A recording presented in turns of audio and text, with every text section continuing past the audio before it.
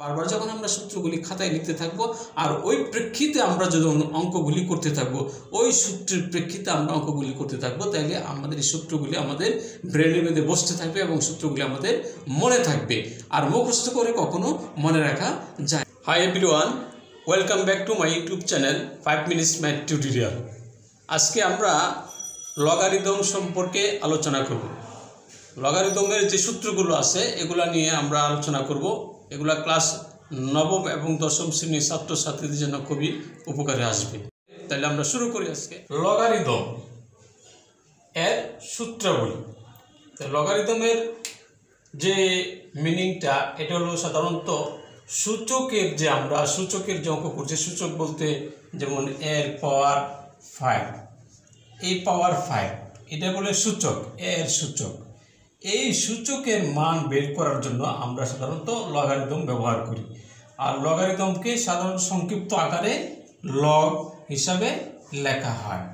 তাহলে এই জিনিসটা বোঝার জন্য আমরা প্রথমে যে সূত্রটা নিয়ে আসছি, যেমন এর সূচক মানে এর পাওয়ার x সমান হলো n। যদি এরকম হয়, যার শর্ত হলো এটা অবশ্যই 0 থেকে বড় হতে হবে আর এর মান কখনোই 1 হতে হবে না, মানে 1 হওয়া যাবে না। 1 বাদে সোজা কথা হলো 1 বাদে 0 থেকে বড় যতগুলি মান এখানে এটাকে বোঝাচ্ছে। এরকম যদি হয় যে এর পাওয়ার x সমান n, তাহলে এটা আমরা এটাকে আমরা লগ হিসাবে লিখতে পারি। যেমন এটা সমান এই x এর সমান লগ a ভিত্তিক n। যেমন x সমান লগ a ভিত্তিক n, এটাকে বলা হয় লগ n এর a ভিত্তিক লগ, মানে n এর a ভিত্তিক লগ, অথবা একই কথা লগ a ভিত্তিক n, অথবা n এর a ভিত্তিক লগ। আমরা যেটা বলছি যে লগ, আমরা যেটা পড়বো এটাকে লগ a ভিত্তিক n। আর এটার ব্যাখ্যাটা হলো n এর a ভিত্তিক লগ, n এর a ভিত্তিক লগ। এখানে জিনিসটা আমাদের খেয়াল করতে হবে যে এই যে আমাদের এর পাওয়ার x ছিল আর n ছিল, এটা লগ যখন আমরা লিখছি এই x সমান হয়ে গেছে x সমান a ভিত্তিক লগ a ভিত্তিক n হয়ে গেছে। যেমন সাপোজ একটা আমি উদাহরণ দিলাম, যেমন 2 এর পাওয়ার 3 আমরা সবাই জানি সমান হলো 8। আচ্ছা, এটাকে যদি আমরা লগ হিসেবে লিখি তাইলে কি লিখতে পারি? তাহলে এটাকে আমরা এভাবে লিখতে পারি লগ হিসেবে। যেমন আমি এই 3 সমান আমি লিখতে পারি 3 সমান লগ 2 ভিত্তিক 8। বাস, আমি লগটাকে আগে লিখলে এভাবে লিখতে পারতাম লগ 2 ভিত্তিক 8 সমান হলো 3।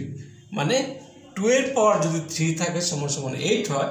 আর এটাকে আমরা লগ হিসেবে লিখতে পারি লগ 2 ভিত্তিক 8, মানে ভিত্তিটা হলো 2 আর 8টা হয়ে যাবে এখানে আসবে, আর 3 হলো তার পাওয়ারটা সমান হয়ে যাবে।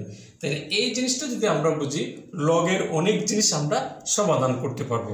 আরেকটা উদাহরণ যদি আমরা দিই, যেমন এরকম থাকে, যেমন 5 এর পাওয়ার হলো 3, তাহলে এটা সমান আমরা জানি 125, মানে 5 এর কিউব এত। তাহলে এটা আমরা যদি লগ হিসাবে লিখি, তাহলে লগ কি লিখবো?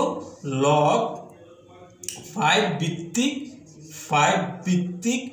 125, মানে 125 সমান হলো 3। বাস, তার মানে কি হয়েছে জিনিসটা মনে রাখা যাবে, কারণ পাওয়ারটা সমান হয়ে যাবে আর লগ 5 ভিত্তিক 125 হয়ে যাবে। লগ 5 ভিত্তিক 125 সমান হলো 3। বাস, এই জিনিসটা যদি আমরা মনে রাখতে পারি, তো লগের যে কোনো জিনিস আমরা সহজে সমাধান করতে পারবো ইনশাআল্লাহ। তাহলে পরে এর উপর ভিত্তি করে এখানে আমাদের কিছু সূত্র আছে যেগুলো আমাদের একটু বুঝে যদি আমরা করি। যেমন লগ a ভিত্তিক 1 সমান 0 হলো 0, একটা সূত্র। লগ a ভিত্তিক a সমান হলো 1। লগ a ভিত্তিক m এর পাওয়ার r, লগ a ভিত্তিক m এর পাওয়ার r, এরকম যদি থাকে তাহলে rটাকে আমরা সামনে নিয়ে আসতে পারি, আর rটাকে সামনে নিয়ে আসলে লগ a ভিত্তিক m লিখতে পারি। যেমন একটা সাপোজ উদাহরণ এরকম আমরা এখানে লিখতে পারি, যেমন লগ 2 ভিত্তিক 5 এর পাওয়ার 3 যদি এরকম থাকে, লগ 2 ভিত্তিক 5 এর পাওয়ার 3, তাহলে এটাকে আমরা লিখতে পারি 3টা সবার আগে নিয়ে আসবো আর লগ 2 ভিত্তিক 5 হয়ে যাবে। বাস এটা হলো এরকম একটা সূত্র, এটার ব্যবহার। ঠিক আছে, মানে এই সূত্রটা এরকম একটা মিনিং করতেছে। যদি এরকম হয় তাহলে আমরা সবার যে উপরে যে পাওয়ারটা আছে পাওয়ারটা সবার আগে লিখতে পারবো আর লগ 2 ভিত্তিক 5 চলে আসবে। ঠিক অনুরূপভাবে যেমন এটাকে আমরা যদি একটু ব্যাখ্যা করি, যেমন 3 নম্বরটা আমরা যদি একটু ব্যাখ্যা করি, যেমন এর পাওয়ার 1 হলে, এটা আমরা সাধারণত জানি যে এর পাওয়ার 1 হলে কি হয়, এই হয়। যে কোনো মানে সংখ্যার পাওয়ার যদি 1 হয় তাহলে ওই সংখ্যাটাই হয়। তাহলে আমরা এটাকে লগ হিসাবে যদি লিখি তাহলে কি লিখব? তো লগ হিসাবে তো আমরা এটাই লিখব যে লগ, এটা হয়ে যাবে ভিত্তি আর এটা আসবে এখানে তার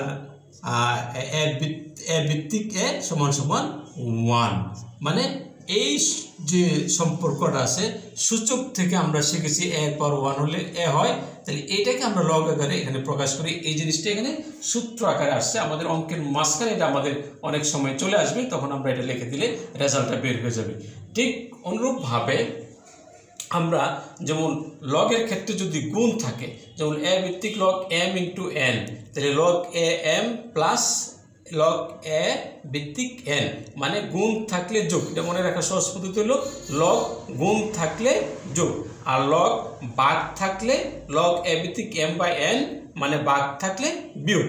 এই দুটো সূত্রটা মনে রাখার কৌশল হলো লগের বেলায় যদি গুণ হয় তাহলে যোগ হবে, আর লগের বেলায় যদি ভাগ হয় তাহলে বিয়োগ হবে। আচ্ছা, আরেকটা জিনিস, যদি ভিত্তি আমরা চেঞ্জ করি, যেমন এটা আমরা চেঞ্জ করলাম, যেমন এর পরিবর্তে আমরা একটু বি লিখছি, কিন্তু এখানে এমটা ঠিকই থাকবে, তখন এটা সূত্রটা কি হবে, লগ বি এম মানে বি ভিত্তিক এম ইন্টু লগ এ ভিত্তিক বি চলে আসবে, আরেকটা অংশ চলে আসবে লগ এ ভিত্তিক বি। যদি আমরা ভিত্তিটাকে চেঞ্জ করি, যেমন এর পরিবর্তে আমরা বি লিখলাম, তাহলে কি হবে যে আমাদের আরেকটা লগের গুণ, এই গুণ আকারে আরেকটা লগের অংশ আসবে, যে জিনিসটা পরিবর্তন করে আমরা নিয়ে আসছি ওইটার উপরে এ ভিত্তিক এত আসবে।